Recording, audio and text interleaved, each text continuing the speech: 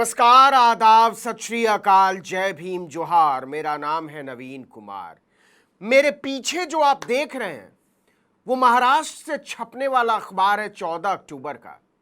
यह इस बात का ऐलान है कि भाजपा ने कांग्रेस का नारा चुरा लिया है। वो इस कदर दबाव में है कि महाराष्ट्र चुनाव की घोषणा होने से पहले ही कांग्रेस की लाइन पर आ चुकी है। यह तो इंडियन एक्सप्रेस ग्रुप का लोक सत्ता है, लेकिन राज्य के लगभग सारे बड़े मराठी अखबारों में यह विज्ञापन पहले पन्ने पर छपा। घर घर संविधान। हमने देखा तो हैरानी हुई, ये क्या है? ये तो कांग्रेस के नारे की चोरी है। संविधान बदलने की बात करने वाले एक ही चुनाव में एकदम लाइन पर आ गए और इस कदर लाइन पर आ गए हैं कि कांग्रेस का नारा ही उड़ा लिया। आप याद कीजिए वो दृश्य जब शशि थरूर सांसद के तौर पर संविधान की शपथ लेकर लोकसभा में आगे बढ़ते हैं और स्पीकर ओम बिड़ला उन्हें टोकने लगते हैं, और जब दीपेंद्र हुड्डा इस पर आपत्ति जताते हैं तो बिड़ला उन्हें डपट देते हैं। जय संविधान।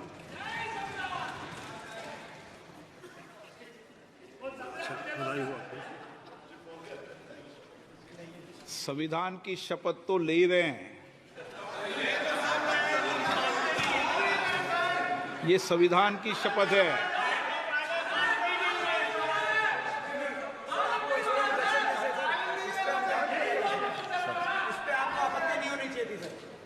किस पे आपत्ति नहीं हो, सलाह मत दिया करो। चलो बेटो, चलिए। संविधान को लेकर ऐसे पूर्वाग्रहों के बीच अखबारों में इश्तिहार छपवाया गया है।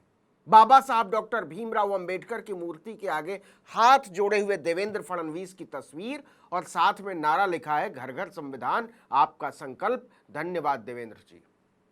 यह विज्ञापन छपवाया किसने, क्यों छपवाया और यह अभियान क्या है, इसका मतलब क्या है, और आखिरकार कांग्रेस के नारे की चोरी की जरूरत क्यों पड़ गई? गौर कीजिए, इस पूरे विज्ञापन में कहीं भी भाजपा का नाम नहीं है, झंडा नहीं है, उसका चुनाव चिन्ह नहीं है। देवेंद्र फडणवीस का नाम है और विज्ञापन देने वालों में 18 संगठनों का नाम लिखा हुआ है, पूरे 18, और ये सारे के सारे दलितों, आदिवासियों, पिछड़ों के नाम पर है। जरा कुछ नामों पर गौर कीजिए। भीम नायक संगठन, राजर्षि शाहू क्रीड़ा प्रतिष्ठान, लहूजी साल्वे बहुजन क्रांति सेना, बिरसा मुंडा मंच, सावित्रीबाई फुले महिला समाज मंडल, जय भीम आर्मी, समता परिषद वगैरह वगैरह। तो क्या भाजपा डर गई है? लेकिन इस डर के बावजूद उसकी खुली हिम्मत नहीं हो रही है कि अपने नाम से संविधान को बचाने का अभियान चला ले। मतलब संविधान का हिमायती तो दिखाना है खुद को, पर पर्दे के पीछे छिप छिप कर, क्योंकि पोस्टर में केवल देवेंद्र फडणवीस की फोटो नहीं है। हाँ, उनकी फोटो बड़ी जरूर है, लेकिन अगर ऊपर देखें तो छोटी सी तस्वीर नरेंद्र मोदी की भी है, उनसे छोटी एकनाथ शिंदे की, और साथ में Ajit Pawar, CM, deputy CM, साथ में भारत का संविधान, अशोक चिन्ह और तिरंगा। देखिए, हजारों करोड़ की कंपनी, माफ कीजिएगा पार्टी, भाजपा चाहती तो इस तरह के विज्ञापन अपनी तरफ से छपवा सकती थी, लेकिन वो ऐसा नहीं करती, क्योंकि ऐसा करने से कांग्रेस का नारा चुराने का खेल खुल जाता। लेकिन खुल तो ऐसे भी गया, क्योंकि जिस विज्ञापन पर प्रधानमंत्री की फोटो है, मुख्यमंत्री की फोटो है, दोनों उप मुख्यमंत्रियों की फोटो है, वो शर्माते शर्माते भी कितना गैर सरकारी रह गया। अब ये तो कोई बच्चा भी नहीं मानेगा कि इस विज्ञापन को छपवाने में देवेंद्र फडणवीस या भाजपा की कोई भूमिका नहीं है। और मुश्किल से अपना खर्चा चलाने वाले 18 संगठनों ने फडणवीस को शुक्रिया बोलने के लिए करोड़ों रुपए फूंक डाले। अब सवाल है कि आखिर देवेंद्र फडणवीस को, मोदी को, शिंदे को, अजीत पवार को यह जाहिर करने की जरूरत क्यों पड़ी कि वो संविधान बचा रहे हैं?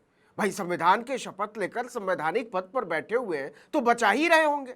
क्या लोकसभा के नतीजों ने इनका आत्मविश्वास हिला दिया है कि लोग इन्हें संविधान के लिए खतरा मानने लगे हैं, और हरियाणा की बंपर जीत के बावजूद वो आत्मविश्वास बहाल नहीं हो पा रहा है? क्योंकि हरियाणा के गांवों में नतीजों के बाद पसरे सन्नाटे से संदेश ये भी गया है कि ये जो नतीजा है वो अपने आप में संविधान की एक और तौहीन है। और फिर महाराष्ट्र तो बाबा साहब डॉक्टर भीमराव अंबेडकर की धरती है। अगर वहां संविधान को आंख दिखाने का नैरेटिव चल निकला तो भारी मुश्किल खड़ी हो जाएगी। तो क्या इंडिया गठबंधन के संविधान बचाओ अभियान ने महाराष्ट्र में चुनाव से ठीक पहले महायुति को, मतलब एनडीए को, ऐसी नौटंकी के लिए मजबूर कर दिया? देखिए, महाराष्ट्र विधानसभा चुनाव नजदीक आ रहे हैं और किसी भी दिन इसकी घोषणा हो सकती है। शिंदे सरकार ने कुछ ही दिन पहले बहुत सारी योजनाओं का ऐलान किया। शुरुआत की और इसके बाद घर घर संविधान का यह विज्ञापन, जिसमें उप मुख्यमंत्री देवेंद्र फडणवीस डॉक्टर BR अम्बेडकर की प्रतिमा के सामने दंडवत कर रहे हैं। गौर कीजिए, केवल महाराष्ट्र ही नहीं, भाजपा पूरे देश में संविधान के मूल्यों को तहस नहस करने के गंभीर आरोपों का सामना कर रही है। कांग्रेस अध्यक्ष मल्लिकार्जुन खड़गे ने तो बीजेपी को उत्पीड़न के मामले में आतंकियों की पार्टी बता दिया। उनकी पार्टी टेररिस्ट की पार्टी है, लिंचिंग करते हैं, मारते हैं, शेड्यूल कास्ट के लोगों के मुंह में पेशाब करते हैं, ट्राइबल लोगों को लाके रेप करते हैं, तो टेररिस्ट पार्टी तो उनकी है। इससे कांग्रेस की आक्रामकता का अंदाजा लगाया जा सकता है। लोकसभा चुनाव में इसका अंजाम यह हुआ कि दलितों पिछड़ों ने भाजपा से निर्णायक दूरी बनाकर नरेंद्र मोदी को बहुमत के साथ सत्ता में आने से रोक दिया। महाराष्ट्र में कांग्रेस हरियाणा का गम भुलाकर इससे भी ज्यादा आक्रामक अभियान चलाने की योजना बना रही है, खासकर दलितों और पिछड़ों के बीच। याद कीजिए, लोकसभा चुनावों के दौरान इंडिया अलायंस ने पूरे प्रचार अभियान में #सेव कॉन्स्टिट्यूशन चलाया था। महाराष्ट्र के उप मुख्यमंत्री देवेंद्र फडणवीस ने वही नारा उड़ाकर घर घर संभाव्यता कर दिया, लेकिन उन्हें खुद ही इस पर भरोसा नहीं है कि उनके लिखने या बोलने से लोग इसको मानेंगे। इसलिए करोड़ों रुपया लगाकर करोड़ों विज्ञापन छपवाया गया है। राज्य के सभी बड़े मराठी अखबारों में यह विज्ञापन छपा है। एक अनुमान के मुताबिक महाराष्ट्र टाइम्स और लोक सत्ता जैसे बड़े प्रसार वाले दैनिकों में इस तरह के फ्रंट पेज विज्ञापन की लागत 15 से 25 लाख रुपए के बीच आती है, और यह तो बहुत सारे अखबारों में छपा है। नागपुर से लोकमत छपता है। तो कमाल की बात यह है कि संविधान को बचाने के नाम पर करोड़ों रुपया एक दिन में उड़ा दिया गया। इसका मतलब यह है कि देवेंद्र फडणवीस ने यह कबूल कर लिया है कि लोग मानते हैं सरकार संविधान के रास्ते पर नहीं चल रही है। दूसरी बात, यह सरकार का विज्ञापन नहीं है। तो सवाल है कि इतने महंगे विज्ञापनों का खर्चा कौन उठा रहा है, क्यों उठा रहा है, और उसको इसका फायदा क्या मिलने वाला है? या फिर इस सब के पीछे खुद भाजपा और देवेंद्र फडणवीस ही हैं? क्या उन्हें यह बात साफ नहीं करनी चाहिए? देखिए, हाशिए पर पड़े समाजों के प्रतिनिधित्व को लेकर भाजपा लगातार सवालों के घेरे में। संविधान विरोधी होने के अलावा दूसरी सबसे बड़ी बात जो चुनाव में नरेंद्र मोदी के खिलाफ गई, वो है दलित आदिवासी पिछड़ा विरोधी होने की तोहमत। राहुल गांधी और पूरे विपक्ष ने जोर शोर से जातीय जनगणना का मुद्दा उठाया। मोदी इसके पहले बोल चुके थे कि देश में 4 ही जातियां हैं, किसान, गरीब, नौजवान और महिलाएं। उन्होंने पूरी जातीय व्यवस्था को ही खारिज कर दिया। यह बात जनता को चुभ गई, खासकर दलितों, पिछड़ों, आदिवासियों को। इसीलिए पिछले कुछ समय से देवेंद्र फडणवीस अपनी ब्रांडिंग बहुजन नायक की तरह कर रहे हैं।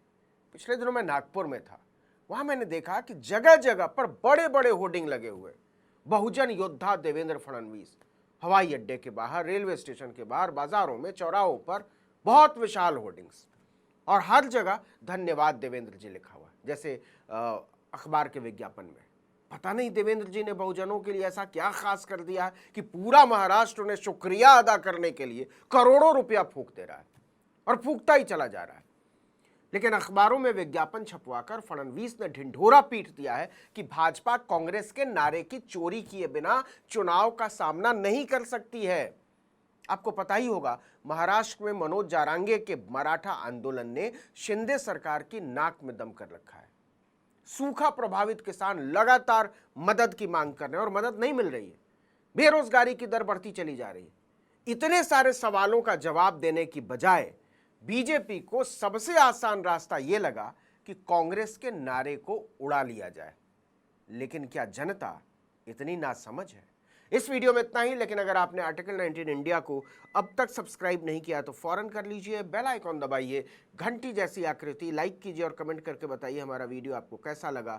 हमारा ट्विटर हैंडल है article19_India और मेरा ट्विटर हैंडल है नवीन जर्नलिस्ट।